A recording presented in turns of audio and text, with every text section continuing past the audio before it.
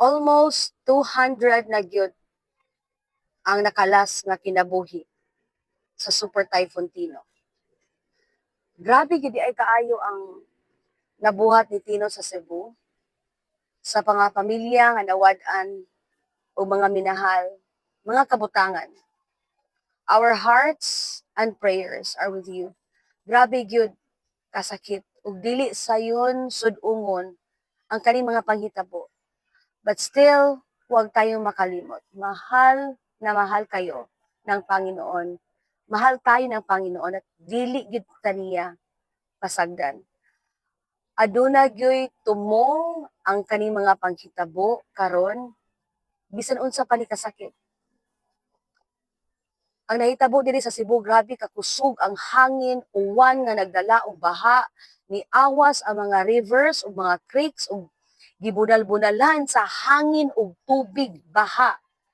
Ang mga balay, nabungkag ang mga atop, kisame, bintana, daghang balay ang naanod, mga sakyanan ng lutaw ug nagpatong-patong sa dalan.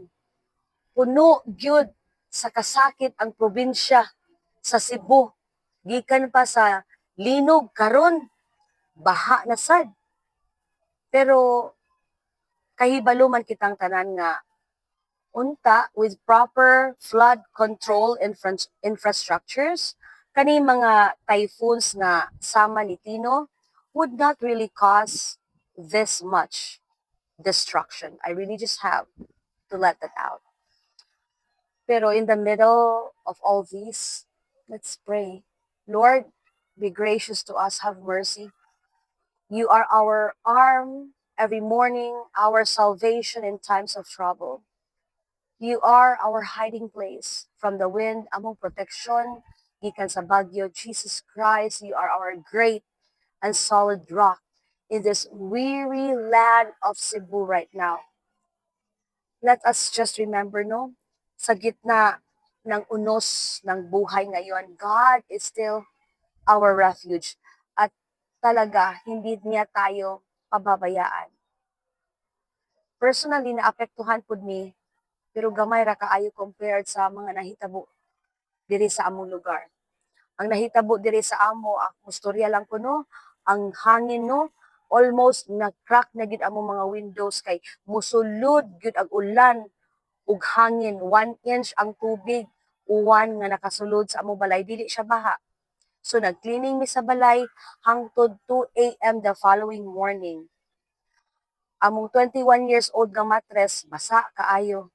Since sa totoo lang naman no, moldy na talaga siguro siya sa loob.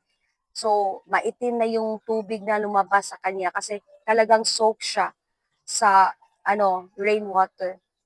Pero nakatulog ra gyapon mi sa kakapoy sa floor gamit ra ang camping bag sa akong anak.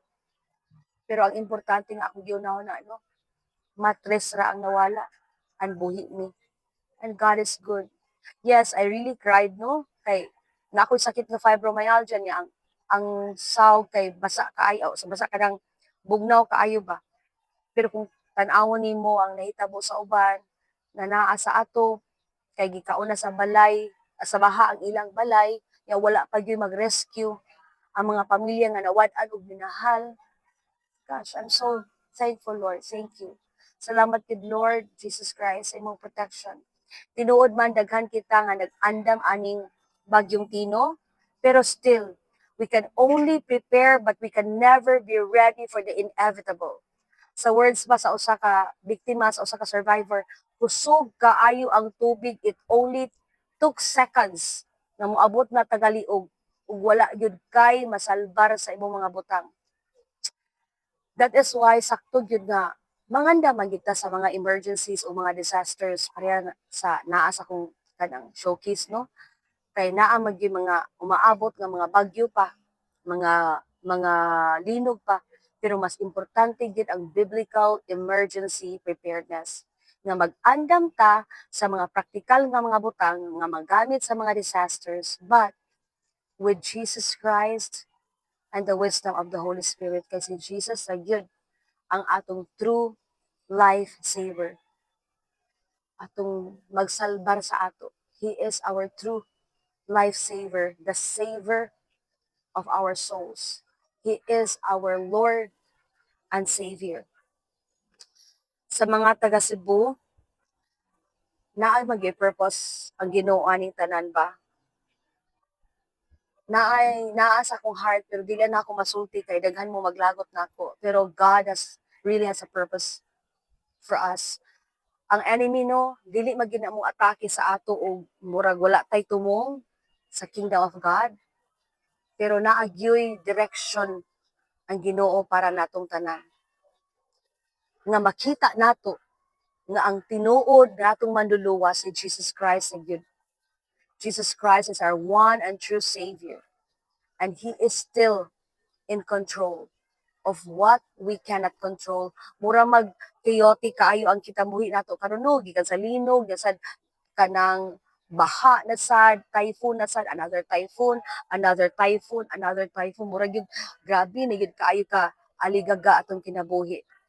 But remember, Jesus is the Lord of the storms and He has us in the palm of His hands. And we just have to be still and know that God is Almighty and we will overcome because it is written. It is written in God's word that we will overcome. Therefore, choose life despite the trouble, despite the worries, despite the pain, despite the struggles. Cebu, therefore choose life looking unto Jesus today.